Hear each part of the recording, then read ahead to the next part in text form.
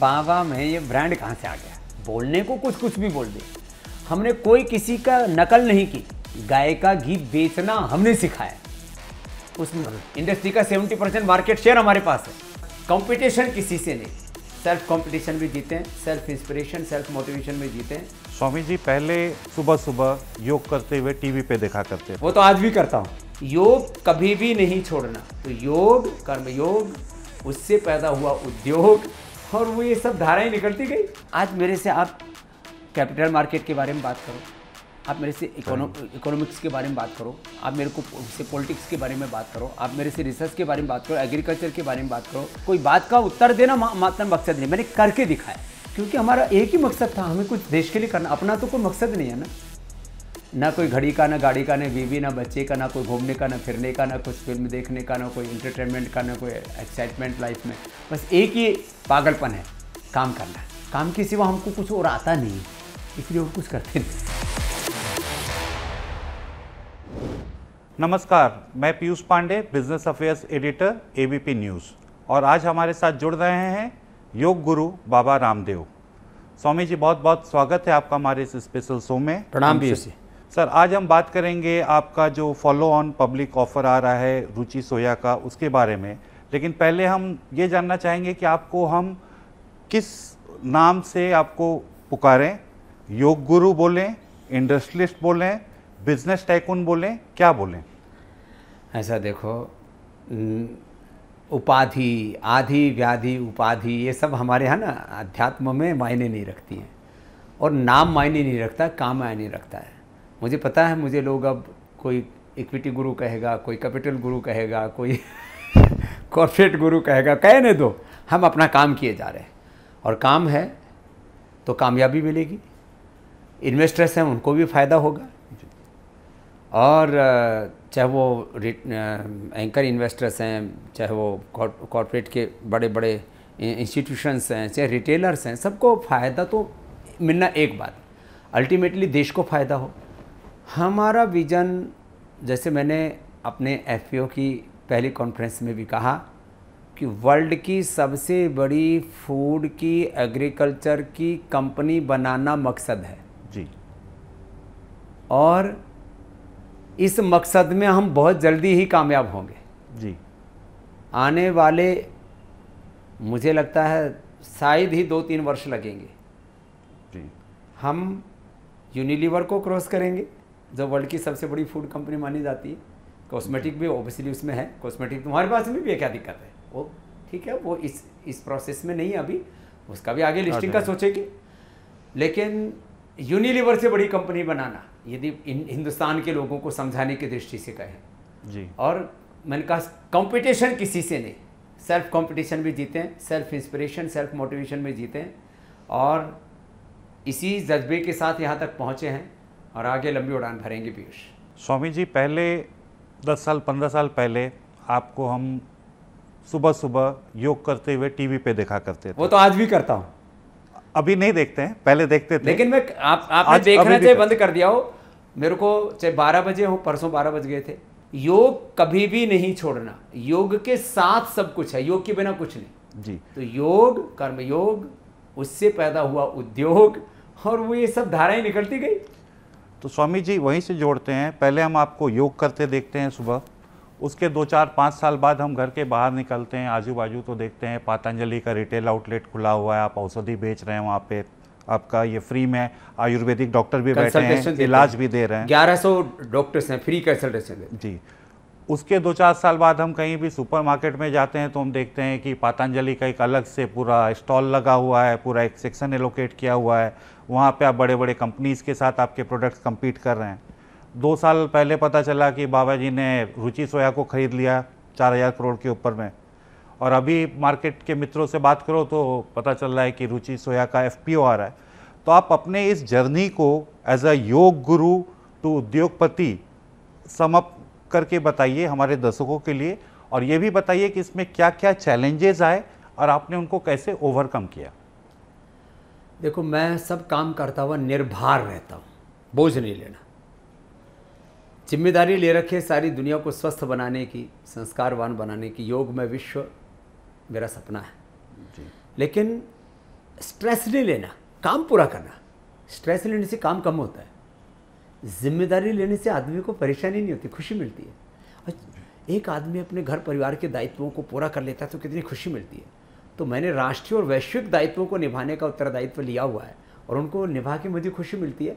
हाँ, इसमें बहुत सारे इकोनॉमिक चैलेंजेस हैं, आर्थिक चुनौतियाँ हैं, सामाजिक चुनौतियाँ हैं, राजनीतिक चुनौतियाँ, धार्मिक चुनौतियाँ हैं, राष्ट्रीय और वैश्विक चुनौतियाँ। अब जैसे हम यूक्रेन और रसिया का युद्ध चल रहा है तब लेके आए ना IPO। करेक्ट। तो ये वैश्विक चुनौती है, मतलब झगड़ा कहीं हो रहा है और चुनौती का सामना हमें करना पड़ रहा है जी, लेकिन उसके बीच में भी लेके आए। तो ये हमारा कॉन्फिडेंस है अपने कर्म पर कि हम ठीक हैं, तो मरने दो, पड़े रहने दो, ये रसिया और यूक्रेन को युद्ध करने दो, हम अपना काम करेंगे। और इन्वेस्टर्स ने जिस तरह से, अभी तो कल से सब लिस्ट भी आनी हो जाएगी बाहर शुरू, पहले एंकर्स की आएगी, फिर बाकी रिटेलर्स भी भरना शुरू करेंगे। जिस तरह से प्रतिसाद मिला है वो इस बात को दर्शाता है कि यदि आप कॉन्फिडेंट हैं तो देश यानी दुनिया आपके पीछे खड़ी हो जाती है। जी, आपने जो योग के साथ साथ एक ये 30,000 करोड़ से भी बड़ा एम्पायर, आयुर्वेदिक एम्पायर खड़ा किया है, ये एक स्वदेशी मूवमेंट की तरह से देखते हैं आप इसको? और यदि इसके पहले मैं बता दूं कि कोई कंपनी को मैंने किसी को चैलेंज करते हुए देखा है तो एक गुजरात की हुआ करते थे करसन भाई पटेल, निरमा वाले, वो साइकिल से ले जाके वो वॉशिंग पाउडर तक ही रह गए। वही बता रहा हूँ कि वो एक प्रोडक्ट कैटेगरी में वो वॉशिंग पाउडर का कर लिए तो उनका, वो भी फिर नीचे आ गए। उनका अलग अलग बिजनेस के स्टडी बना दिखाया गया कि कैसे निरमा ने एक HUL को टक्कर दिया। सर, आपके पास तो 100 से ज्यादा प्रोडक्ट कैटेगरीज है, बिस्किट से लेके, तेल से लेके, साबुन से लेके, नमक, आप सब कुछ बनाते हो और सब में आप ऑलमोस्ट अच्छे खासा मार्केट शेयर है आपका। आपने ये सब कैसे किया? पहले तो निरमा वाले कृष्ण भाई पटेल मेरे बहुत आत्मीय हैं। जो भी स्वदेशी का काम करता है उससे मुझे मोहब्बत है, प्यार जी। अगली बात, यदि कैटेगरी पोर्टफोलियो की बात करें तो रुचि सोया में 4 कैटेगरी है। एक ऑयल, एडिबल ऑयल, और नॉट ओनली एडिबल ऑयल, इसमें नेचुरल ऑयल जिसको आजकल वर्जिन, एक्स्ट्रा वर्जिन, फिर फिजिकल रिफाइंड ऑयल, फिर रिफाइंड ऑयल, कितना बड़ा है। और अनब्रांडेड बहुत है अभी तो, छोटे छोटे ब्रांड्स, घरेलू ब्रांड्स। और जिस तरह से भारत आगे बढ़ रहा है पूरे वर्ल्ड में हमने देखा है, भारत में अभी अनऑर्गेनाइज सेक्टर में छोटे छोटे ब्रांड्स बहुत हैं। अब जैसे जैसे भारत में समृद्धि आ रही है, आएगी, लोग ब्रांड की तरफ लौटेंगे। तो ये as a Ruchi Soya edible oil भी जो हमारा एक पोर्टफोलियो है वो कितना बड़ा होगा ये कैटेगरी मैं आज नहीं कह सकता जी। ये एक एक कैटेगरी लाखों लाखों करोड़ की है, ओनली एडिबल ऑयल। उसमें घी भी है हमारा, अब क्योंकि हमने ये प्रिंसिपली एग्री कर लिया है कि हमारे बिस्किट के साथ पूरा घी और पूरी कैटेगरी है। मैं उसको अभी ज़्यादा बोलूँगा तो लोगों में कुछ और ही कुछ तूफान मच जाएगा। हम जाते हैं रिटेल आउटलेट्स पे, हम देखते हैं पतंजलि का फूड पोर्टफोलियो हम इसमें लेके आ रहे रुचि सोया में, कितना बड़ा है उसका मार्केट साइज देखो, और हम उसमें हमारा शेयर दमखम के साथ और आगे बढ़ाएंगे जी। फिर न्यूट्रास्यूटिकल, न्यूट्रीला बड़ी, उसमें तो हम ही 40-50% में। अब न्यूट्रास्यूटिकल में हमारी कोई टक्कर में ही नहीं है, कोई हिंदुस्तान में बड़ा ब्रांड नहीं है, न एलोपैथी वाले, न आयुर्वेद वाले, न कोई तीसरे, न कोई स्टार्टअप। करेक्ट। न्यूट्रास्यूटिकल में इकलौता बड़ा ब्रांड है न्यूट्रास्यूटिकल, और उसके पीछे है पतंजलि का ट्रस्ट, उसके पीछे है 500 साइंटिस्टों की रिसर्च, उसके पीछे है स्वामी रामदेव के प्रति लोगों का विश्वास। ये तीसरी कैटेगरी। और चौथी कैटेगरी का तो कोई पैरेलल दूसरा एग्जाम्पल ही नहीं है ना, पाम प्लांटेशन।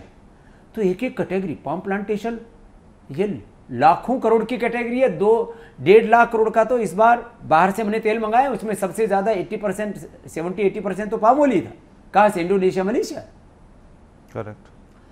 आप सोचो, हम सबसे बड़े हैं इस समय, दूसरे नंबर पर गोदरेज है, लेकिन गोदरेज जी, आदि गोदरेज जी और उस कंपनी के अंदर वो फायर नहीं है, और वो किसानों को अपने साथ जोड़ने का जो एक इमोशनल कनेक्ट चाहिए, तो कौन होगा? पाम प्लांटेशन में 60-70% अकेला रुचि सोया होगा, बाकी और पीछे पीछे।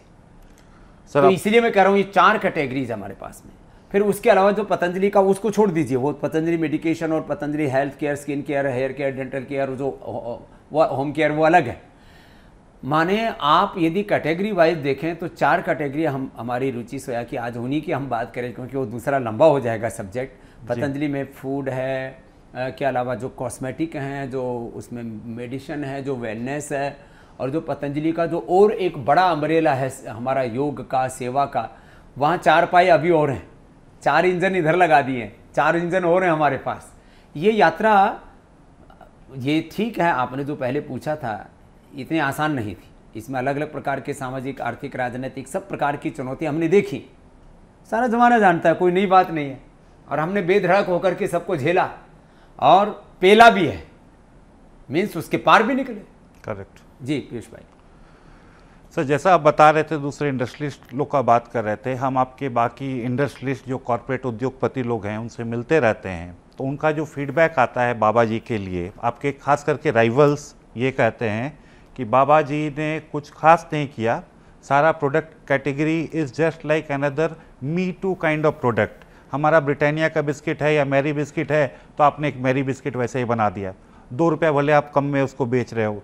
या दूसरा हमारा जो रिफाइंड तेल है, एक रिफाइंड तेल आप कर रहे हैं, सरसों तेल कर रहे हैं या घी बना रहे हैं, तो सारा मी टू, या नूडल्स आपने कर दिया, तो सारा एक me too kind of product category है जिसको आप उनसे 1-2 रुपया कम या बेसी पे बेच के बाबा जी के ब्रांड पे बिक रहा है। अरे पहली बात तो ये है, बाबा में ये ब्रांड कहाँ से आ गया? नहीं, बाबा का तो सर ब्रांड है। दूसरी बात, जैसे कहते हैं खिसियानी बिल्ली खंबा नोचे। आदमी, हर आदमी का ना ईगो और इग्नोरेंस है। वो स्वामी रामदेव को इग्नोर करना चाहते हैं और अपने ईगो को ऊपर रखना चाहते हैं, तो they are not speaking, ego he speak. उनका ईगो बोलता है, इग्नोरेंस बोलता है। हमने बिस्किट में मैदा free, trans fat, cholesterol free biscuit पहली बार लॉन्च किया जी। ये यूएसपी हमारी। हमने घी में वाइट घी बिकता था हिंदुस्तान में, गाय का घी बेचना हमने सिखाया। उस इंडस्ट्री का 70% मार्केट शेयर हमारे पास है।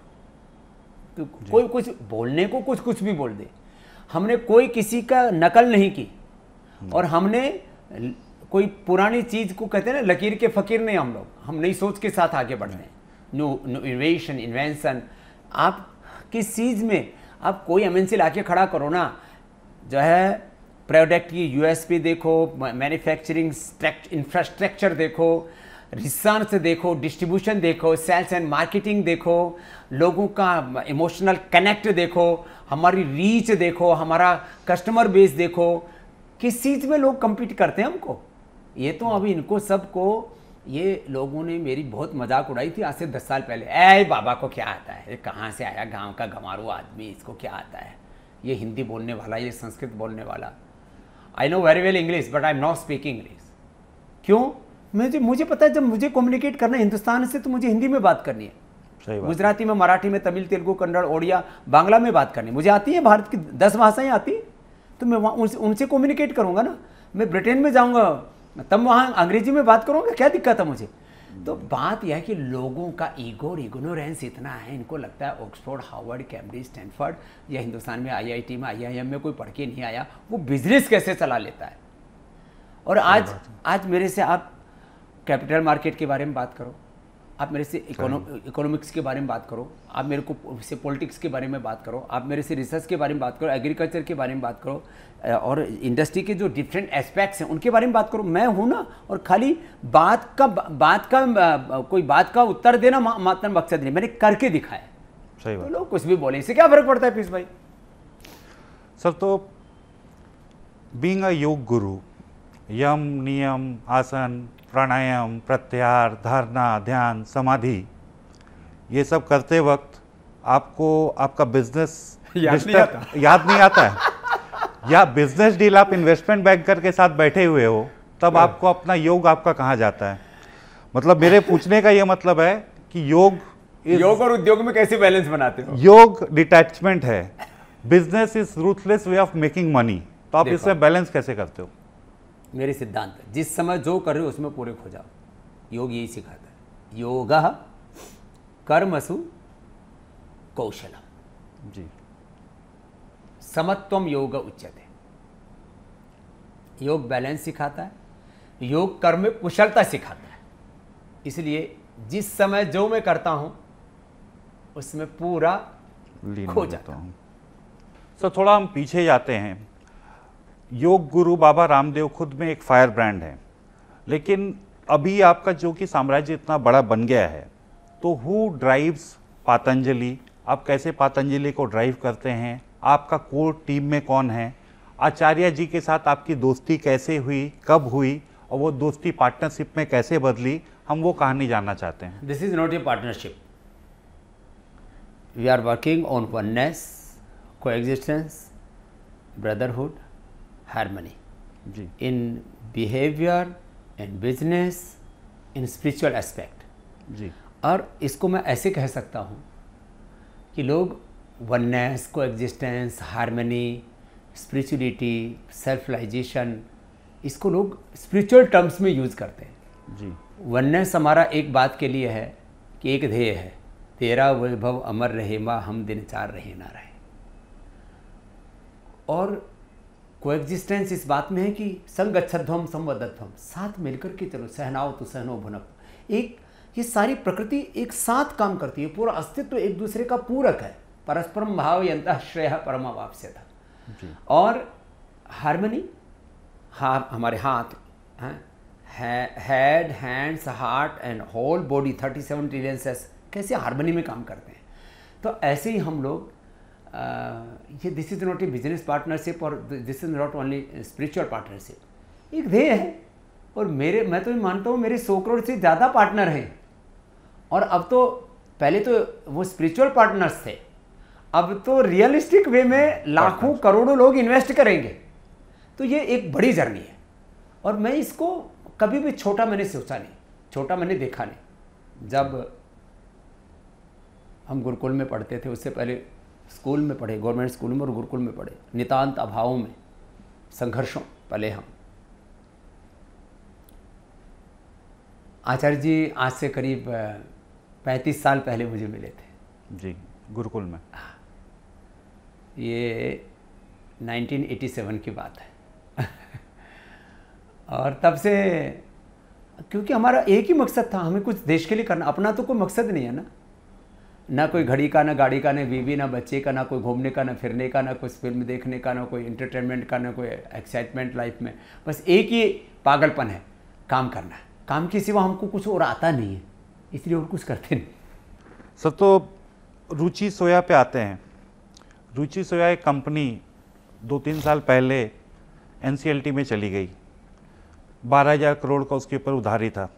आपने उस कंपनी को 4,200 करोड़ में, बाकी सारे कंपटीशन को साइड करते हुए, बाबा कम्स, बाबा बैक्स इट, बाबा जी को ये कंपनी मिल जाती है। बाबा जी उस कंपनी को 3,000 करोड़ कुछ उसमें लोन रहता है, 1,000 करोड़ का इक्विटी इन्फ्यूज़ करके खरीदते हैं एंड उसको ऐसा टर्न अराउंड करते हैं कि लास्ट 2 साल में हमने जो शेयर प्राइस देखा, स्टार्टिंग 100 से भी कम था, 20-25, 7 रुपये था। 7 रुपये से लेके आज 1,000 रुपये तक कल का क्लोजिंग था, आज 900 कुछ रुपए पे आप ले गए 2 साल के अंदर। ये हमको भी नहीं पता लगता, सबको पता है 650 में FPO अनाउंस किया, फिर लोग ऐसे क्यों चढ़ा के रखते? आप बताइए। मेरे को यही समझ में नहीं आ रहा। हम तो काम करना जानते हैं, हमको तो जो है, अब मुझे ये बताएं, लोग ना फ्यूचर देखते, और फ्यूचर में अब ये पहले लोग सोचते थे रुचि सोया तेल बनाने वाली कंपनी। जब इसके 4 पोर्टफोलियो लोगों ने सुने और आगे का विजन सुना, तो लोगों में इस कदर कॉन्फिडेंस बढ़ गया। मुझे लगता है कुछ दिनों में, जैसे इस समय योग में दाएं बाएं आगे पीछे किधर भी देखते हैं तो स्वामी रामदेव पतंजलि दिखता है लोगों को, पतंजलि योगपीठ दिखता है। ऐसे मुझे लगता है आने वाले फ्यूचर में FMCG में यही होने वाला है। दरअसल बात देखो, मैंने वही कहा ना, हम लोग परफॉर्मेंस में विश्वास रखते हैं। यद्यपि ये मार्केट परसेप्शन का, इमोशंस का है, लेकिन परसेप्शन और इमोशंस के पीछे भी परफॉर्मेंस है, उसके पीछे भी नंबर्स हैं, कमिटमेंट है। हम उसमें पूरा उतरेंगे, बस इतनी बात मैं कहना चाहता हूँ। मेरा अगला सवाल यही था कि बॉस व्हाई नाउ? अभी हम देख रहे हैं कि रसिया यूक्रेन के बीच वार हो रहा है। बड़े से बड़े IPO, गवर्नमेंट ऑफ इंडिया ने LIC का IPO को पोस्टपोन कर दिया अगले फिस्कल के लिए, बाकी और कंपनियों का भी हो गया। लास्ट जो आईपीओ आया पेटीएम का बुरी तरह से पिट गया, आधा से भी कम प्राइस में हो गया। तो ऐसे में आपको नहीं लग रहा है कि आप एक रिस्क लेके आ रहे हैं? ऐसे रिस्क लेके आ नहीं रहे, हम तो महा रिस्क लेने वाले हैं। और बाजार ने भी बता दिया कि वो स्वामी रामदेव के साथ है। मतलब यदि ये आईपीओ होता तो लोगों को कन्फ्यूजन रहता। एफपीओ होने से मैं कितना मार्केट में कितना लेकर के आ रहे, ये नंबर्स की बात नहीं कर रहा हूँ जी। लोगों का सैंपल टेस्ट होता है, लोगों के इमोशंस किधर जा रहे हैं, लोगों का कॉन्फिडेंस क्या कह रहा है। लोगों को लगता है ये आदमी जो कोई हिम्मत नहीं करके आया कि ये आके खड़े उतर गए मैदान जंग में, इसका मतलब इस आदमी में ताकत है, इस आदमी में सच्चाई है, इसका विजन है, इसके पास में रिजल्ट है, ये जो है कुछ बड़ा करने के लिए आए जी। तो जब आप ताकत के साथ उतरते हैं ना, तो कहते हैं ना दुनिया झूमती है, कोई झुमाने वाला चाहिए, तो जमाना चलेगा। अब लोग कह रहे हैं अरे बाबा जी बड़े होशियार निकले, बाजार में कोई नहीं था और आ गए और सब इधर ही डाल रहे हैं। हम कर रहे हैं उसको, कह रहे हैं कि जो है बाबा जी बड़े होशियार निकले, सब हट गए और ये आ गए, तो लोगों का कोई ऑप्शन ही नहीं है। तो लोगों को लगा अरे पैसा पड़ा हुआ है, क्या करना, डाल दो, डाल। लेकिन ऐसे नहीं डालते हैं लोग, बहुत होशियार है। करेक्ट। एक बहुत बड़े इन्वेस्टर हैं अभी। नहीं, क्या ये एक रीजन है कि आपने अपने एफपीओ के प्राइस को इतना एग्रेसिवली प्राइस किया, मार्केट कंडीशन ये सब देख के कि ना ऐसा कुछ नहीं है। देखो हमने कल एक ही स्टेटमेंट किया, मैं याचक बन के नहीं आया, मैं दाता बन के आया। और मुझे सारे इन्वेस्टर्स ने सब ने एक ही बात कही, एक यहाँ इसमें दो और फिर जो चाहे वो सो लो। नहीं, अभी तक का तो आपका जो इन्वेस्टर्स को आपने जो रिटर्न दिया है, रुचि सोया के इन्वेस्टर्स ने जो पैसा बनाए होंगे, तो वो तो मार्केट में एक ऑलरेडी प्रूवन डेटा है। लेकिन तो सर देखो अपीश भाई क्या, as a very shrewd businessman मैं आपको बोलूंगा कि I am a yog guru, I am not a businessman, और my basic nature, my basic identity is yoga and yoga. All things whatever you are looking surrounding me and in Patanjali, in Ruchi Soya, these are the byproducts of yoga and karma yoga. Baba Ramdev खुद में एक fire brand है, उसके बाद एक brand है Patanjali Ayurveda limited, उसके बाद आप एक कंपनी खरीदते हैं रुचि सोया इंडस्ट्रीज लिमिटेड। रुचि सोया इंडस्ट्रीज के अंदर में बहुत सारे सब ब्रांड हैं, न्यूट्रेला है, मैंने बोला ना 4 बड़े पिलर्स ये हैं। नहीं तो ये सारे ब्रांड में आपको नहीं लगता कि इसको एक इंटीग्रेट करके पतंजलि के अंदर, या सारे ब्रांड आपको बहुत ही डिसइंटीग्रेट कर दे रहे हैं, एक फोकस कंज्यूमर एक कंफ्यूज हो जाएगा ना। कोई कंफ्यूजन नहीं है। मैंने कहा ना whole food will be in Ruchi Soya and all non food and medicine ये वहीं रहेगा पतंजलि में। ठीक है, कोई कंफ्यूजन नहीं, हम कंफ्यूजन चाहते ही नहीं। हम देखो गांव के आदमी हैं, हमको एकदम साफ नहीं वही एज ए इन्वेस्टर मैं देखूं कि बाबा रामदेव हैं, पतंजलि है, रुचि सोया है, न्यूट्रेला है, सोया तो स्वामी रामदेव के 2 बच्चे हैं, एक पतंजलि आयुर्वेद, एक रुचि सोया, और उसमें फूड को इधर कर दिया, नॉन फूड को उधर कर दिया। फूड तो दो बच्चों में बंटवारा कर दिया। All food would be owned by Ruchi Soya, non food would be owned by Patanjali Ayurved. ठीक है, thank you for this clarity sir. So तो ये न्यूट्रास्यूटिकल्स बिजनेस जो है एक बहुत ही तेजी से आप उसको ग्रो कर रहे हैं, वो कहाँ पे आएगा एंड उसका क्या पोटेंशियल है? वो 100% इसी में रहेगा, रुचि की साइड में रहेगा। हमने जो नॉन कम्पीट एग्रीमेंट बोलते हैं ना, वो साइन किया हुआ है। आगे भी हम जो भी करेंगे कोई कंफ्यूजन नहीं रखेंगे। लोग ने इधर उधर छिद्र रखते हैं माल निकालने के लिए, कोई लीकेज कहीं पर नहीं छोड़ेंगे, हम छिद्र भरने वाले हैं। साहब जैसे छिद्र भर रहे हैं वो तो हम देख रहे हैं। पिछले साल आपने एक कितना अच्छा बिजनेस को पतंजलि से निकाल के रुचि सोया में डाल दिया, 60 करोड़ में, बिस्किट्स बिजनेस की बात कर रहे हैं ऑफ कोर्स। मतलब इतना अंडर वैल्यू पे आपने दिया है शेयर होल्डर्स को ये बिजनेस। इन्वेस्टर्स का फायदा, ठीक है। वैसे ही अभी आप फूड बिजनेस निकाल के डालने वाले हैं। होगा ना, थोड़ा सा प्रतीक्षा करो। अब सारी हेडलाइंस आदि मतलब पीयूष भाई। सब बाकी सब तो ठीक है। लेकिन एक हम रुचि सोया के वेबसाइट पे जाते हैं तो नीचे एक छोटा सा जगह दिखता है रिन्यूएबल्स का। रिन्यूएबल्स खुद में ही एक बहुत बड़ा ये चीज़ है। हमारे पीएम नरेंद्र मोदी रिन्यूएबल्स के ऊपर बहुत फोकस कर रहे हैं। आपके वेबसाइट में रिन्यूएबल्स का हमने कभी बिजनेस प्लान सुना नहीं आपसे। क्या है वो, अभी उस बारे में हमने सोचा नहीं है दरअसल पीयूष भाई। वो एक पहले से ही चला आ रहा था, जो है ये हवा से चलने वाले जो पंखे होते हैं ना, उससे बिजली बनती है, विंड मिल्स जी, उसका एक बिजनेस है। उसको हमने अभी उसके ऊपर हमने कोई थॉट प्रोसेस स्टार्ट नहीं किया। तो रिन्यूएबल बिजनेस में कितना ही बड़ा कर सकते हैं। हमारे पास में जो है ये सौर ऊर्जा का भी बहुत बड़ा सोलर एक हमारे पास स्टार्टअप है, सोलर एनर्जी का भी जी। तो विंड एनर्जी, सोलर एनर्जी, इसमें भी क्या कुछ कर सकते हैं। करने को बहुत कुछ है, लेकिन अभी सोचा नहीं है। इसलिए आपने देखा होगा मैंने किसी भी कॉन्फ्रेंस में, हमारे DRHP प्लान में उसका कोई जिक्र नहीं मिलेगा आपको। तो जो हम नहीं कर रहे हैं उसको प्रॉमिस नहीं करेंगे। मैं आपके वेबसाइट पे था, मैं थोड़ा रिसर्च कर रहा था आपके बस बारे वो में, एक इसलिए लाइन बोला ही- कि बहुत छोटा था, लेकिन मेरे को अट्रैक्ट किया क्योंकि मैं एनर्जी कवर करता हूँ। तो हाँ, मैं तो सोचा उसमें था वो कुछ। उससे भी रेवेन्यू आता है हमको, क्योंकि जो लागत थी वो तो लग गई, मेंटेनेंस होता है, बाकी तो पूरा फुल प्रॉफिट ही आता है उसमें। तो कोई बिना खर्चे वाला बिजनेस है। सर, तो एडिबल ऑयल में ऑलरेडी ऑफ इंडिया के सेकंड बिगेस्ट प्लेयर हो, एंड आपका जो यूएसपी है कि आपके खुद के प्लांटेशंस होंगे, तो इसमें आपको एक बहुत बड़ा कुशन है।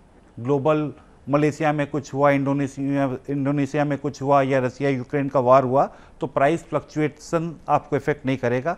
आपके राइवल जो कि अभी लार्जेस्ट प्लेयर हैं उनको इफेक्ट करेगा, बिकॉज उनका पूरा बिजनेस मॉडल इंपोर्ट डिपेंडेंट है। वो इंपोर्ट करते हैं, ये करते हैं। तो इसमें कितना बड़ा हम कब एक्सपेक्ट करें कि Ruchi Soya will be India's leading edible oil brand? बहुत जल्दी होगा, ये 3 to 5 ईयर्स का प्लान है।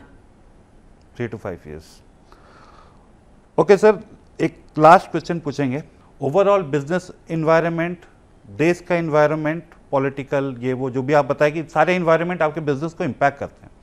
तो एक नैरेटिव 10 साल पहले हुआ करता था, जब हम बाबा रामदेव को भी स्ट्रगल करते हुए देखते थे। वो नैरेटिव उस टाइम हुआ करता था सेकुलरिज्म का। अभी एक नया नैरेटिव देश में चल रहा है नेशनलिज्म का। इसके अंदर हम देख रहे हैं कि एक बाबा रामदेव सक्सेसफुली एक योग गुरु हैं, एक अच्छा बिजनेस इंटरप्राइज चला रहे हैं। एक योगी हैं हमारे यूपी, जो कि बहुत सारे देश से बड़ा यूपी का पॉपुलेशन है, सक्सेसफुली एक सीएम है जो कि एक योगी हैं, वहाँ पे चला रहे हैं। तो ये जो नैरेटिव पिछले 10 साल में चेंज हुआ है, ये किसके लिए हुआ है और यहाँ से हम कहाँ जाएंगे? आपका इस पर क्या टेक है? देखो, जो कुछ हो रहा है प्रारब्ध, पुरुषार्थ, भगवान का विधान। भारत की नियति ऐसी है कि ये स्वभाव से एक आध्यात्मिक राष्ट्र है, और हमारे पूर्वजों की पुण्याई हमारे साथ जुड़ी है। इस देश पर ना तो कम्युनिस्टों का राज होगा, न इस देश के ऊपर लेनिन, मार्क्स, माओ के साथ साथ सोशलिस्ट जो अपने आप को कहते हैं, या एक नया नैरेटिव घड़ने की कुछ लोगों ने कोशिश की। ओबीसी, दलित, मुस्लिम्स, वनवासी एंड रिजर्व कैटेगरी, जो दबे कुचले, शोषित, वंचित, फलाना ढिकड़ा करके हम सब एक हो जाएंगे। ये देश में विदेशी आक्रांता हैं, अभी भी इस देश में लोकतंत्र नहीं, इस देश में फलाना तंत्र चल रहा है। मैंने कुछ लोग देश को तोड़ने की कोशिश करते हैं। हर तरह की शक्तियां सदा से युगों युगों से थी, आज भी आगे भी रहेंगी।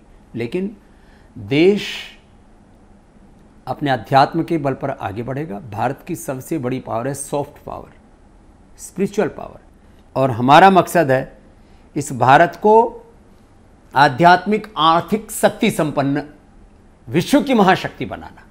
जी, माने संस्कृति मूलक समृद्धि के शिखर चढ़ते हुए Bharat world economic power, world military power, social power, political power, माने सामरिक ताकत से लेकर के आर्थिक, सामाजिक, राजनीतिक, धार्मिक, आध्यात्मिक, सांस्कृतिक ताकत बने, और किसी को सताने के लिए नहीं, किसी को दबाने के लिए नहीं। उभारने के लिए। वर्ल्ड को डोमिनेट करना हमारा मकसद नहीं है। यहाँ हिंदुस्तान में भी किसी को डोमिनेट करना हमारा मकसद नहीं है। हम साधु बने, किसी को डोमिनेट करने के लिए बने नहीं, लेकिन हम अपना पुरुषार्थ करेंगे और अपनी आँखों के सामने इस भारत को परम वैभवशाली बनाएंगे और सारे समाज को साथ में लेकर के आगे बढ़ना है। पथ का अंतिम लक्ष्य नहीं है सिंहासन चढ़ते जाना, सकल समाज को लिए साथ में आगे को बढ़ते जाना। स्वामी जी, हमसे बात करने के लिए बहुत बहुत धन्यवाद। हम यही आशा करेंगे कि आपके रुचि सोया के एफपीओ को इन्वेस्टर्स का भर भर के प्यार मिले, करोड़ों लोगों को साथ में लेकर के करोड़ों लोग आपके साथ जुड़े, आपके जो इस संगत ध्वंस से संवाद ध्वंस से इस जर्नी को आगे बढ़ाएंगे। आपके जो अभी तक फॉलोअर्स थे अब वो आपके बिजनेस पार्टनर बने। प्रणाम पीयूष भाई, नमस्ते। Thank you sir, nice talking to you.